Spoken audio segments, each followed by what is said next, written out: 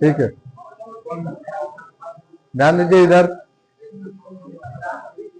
Confined space हम लोग का टॉपिक चल रहा है। अभी तक कन्फाइंड स्पेस में पढ़ चुके हैं हम लोग, हजार्ड्स है।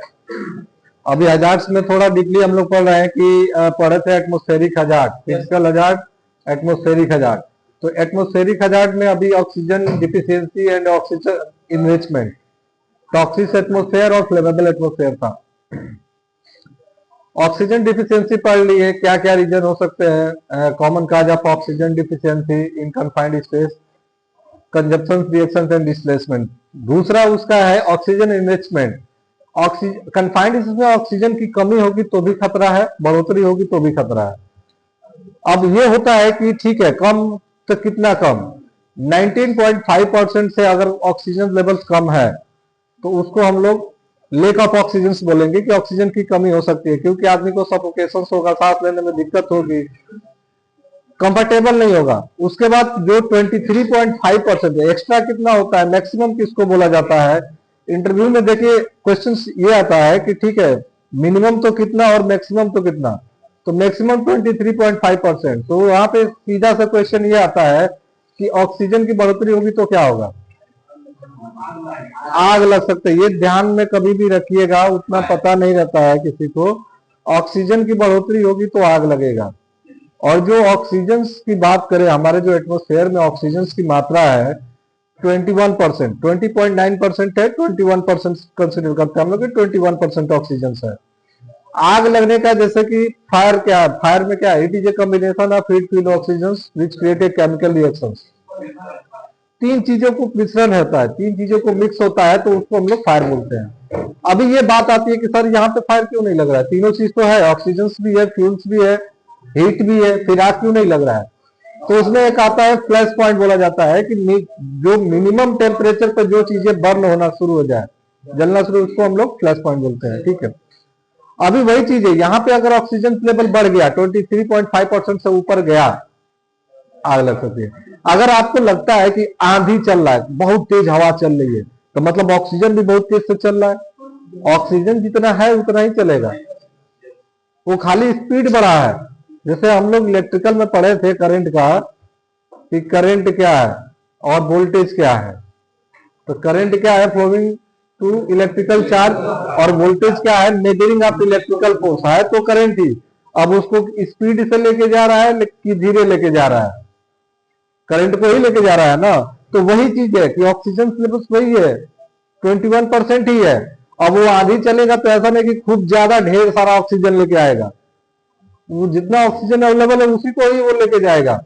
तो ये चीजें कभी भी ध्यान में रखिएगा कि जो ऑक्सीजन लेवल है वो उतना ही है। ठीक है, 23.5% से ऊपर जाएगा तो ऑक्सीजन इनरिचमेंट बोला जाएगा, आग लग सकती है। अब बात आती है कि ठीक है क्यों जाएगा, क्या रीजन हो सकता है। जो चीजें नुकसान हो रही है कि इससे हमको नुकसान हो सकता है, तो हम लोग जानेंगे ना कि कैसे नुकसान कर सकता है हमको, उसको जानेंगे तो वो काम हमको नहीं करना है। तो यहाँ पे देखा गया कि cause of oxygen enrichment in confined space, क्या क्या कारण हो सकते हैं।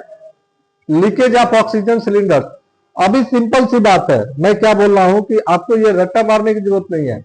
आपसे पूछा गया इंटरव्यू में कि ये बताइए कि ऑक्सीजन की बढ़ोतरी क्यों हो सकती है, तो सिंपल सी चीज है कि जो चीजें लिमिट मात्रा में है उसको और एक्स्ट्रा दिया जाए।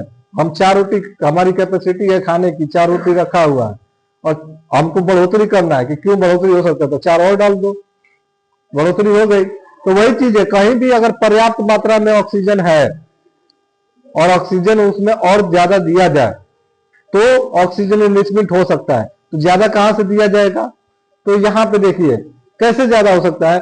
Leakage of oxygen cylinder or hose pipe in confined space during gas cutting activity. जब गैस कटिंग किया जाता है तो किन किन गैसों से गैस कटिंग की जाती है, ऑक्सीजन, डीए या एलपीजी ऑक्सीजन। तो उसमें क्या है कि ऑक्सीजन मान लीजिए गैस कटिंग करने के लिए गया और वहां पे ऑक्सीजन लीकेज हो गया कन्फाइंड स्पेस में, तो एक तो पहले से ही वहां पे ऑक्सीजन 21% है, दूसरा एक्स्ट्रा और ऑक्सीजन वहां पे लीकेज हो गया, तो ये क्या हो सकता है, ऑक्सीजन इनरिचमेंट का चांसेस हो गया, ऑक्सीजन इनरिचमेंट हो जाएगा, बढ़ोतरी हो जाएगी ऑक्सीजन की। दूसरा क्या होता है कि leakage of DA set in confined space. DA set क्या होता है, ब्रीदिंग अपार्टस बोला जाता है, या इसका कहिए सेल्फ कंटेन्ड ब्रीथिंग अपार्टस, जिसकबा, इसकबा, ये सेल्फ ब्रीथिंग अपार्टस इसकबा, जैसे कि गोताखोर लोग यूज करते हैं समुद्र के अंदर, ये सिलेंडर पीछे बांध के और मास्क लगा लिया जाता है, तो वो होता है। ऐसे एक बार इंटरव्यू में क्वेश्चन हुआ था, मेरे फ्रेंड का इंटरव्यू हुआ था, तो वहां पे जो इंटरव्यूअर थे उन्होंने क्वेश्चन किया था कि कंफाइंड स्पेस में अगर ऑक्सीजन लेवल बराबर नहीं है, कहने का मतलब लेक ऑफ ऑक्सीजन है, ऑक्सीजन की कमी है, तो और आदमी को काम करना है वहां पे, तो आप क्या करेंगे? जो सेफ्टी ऑफिसर आपका फर्स्ट सोच क्या होगा? तो उसने ये रिप्लाई किया था कि सर हम जाने ही नहीं देंगे। तो वो बोले कि नहीं फिर भी काम करना है, तो बोला सर हम एंट्री नहीं करने देंगे।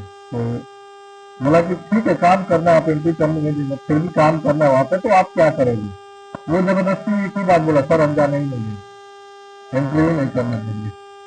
बाद में इंटरव्यू पास हुआ था, बट वो मेरे से आके क्वेश्चन पूछा था कि मेरे से ऐसा क्वेश्चन किया गया था, तो क्या है? मैं बोला इसकबा, बोले होते कि इसकबा लगा के जा सकते हैं वहाँ पे काम करना है, तो ये बी सेट होता है इसकबा, और मतलब अलग से एक सिलेंडर अटैच करके आपको मास्क लगा के, मतलब अंदर से कुछ लेना देना नहीं है, तो वहाँ पे क्या है क्या नहीं, तो आप काम कर सकते हैं, वहाँ पे चेक कर सकते हैं। ऑक्सीजन लेवल चेक किया जाता है, तो क्या अभी अंदर घुस के चेक करने का, जैसे कि टॉक्सिक गैस है या फ्लेमेबल गैसेस हो सकती है, आपको कैसे पता चलेगा कि इसमें कौन सी गैसेस है?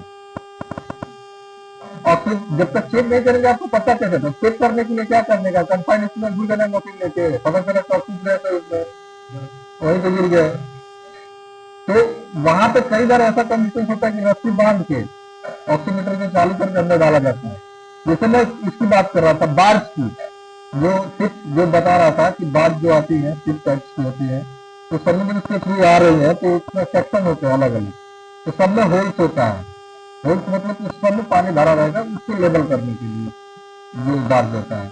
तो उसमें मेन होल्स को जब खोला जाता आएगी ना, जब उसको लोडिंग से पहले उसको क्या है ड्रेन करने का, तो सारे मेन होल्स को खोल दिए जाते हैं, जितने भी ढक्कन लगे हुए हैं सारे होल्स को खोल दिए जाते हैं। और खोला किसके लिए जाता है कि उसमें जो भी गैसेस बनी होंगी, पता नहीं फ्लेमेबल गैस है या टॉक्सिक गैस है, तो वो क्या है कि ड्रेन हो जाएंगी, निकल जाएंगी उधर से, उसके बाद आदमी को अलाउ किया जाता है। पता चला कि वहां पे कोई टॉक्सिक गैस बन गई है और आदमी गया काम करने और लीकेज हो गया।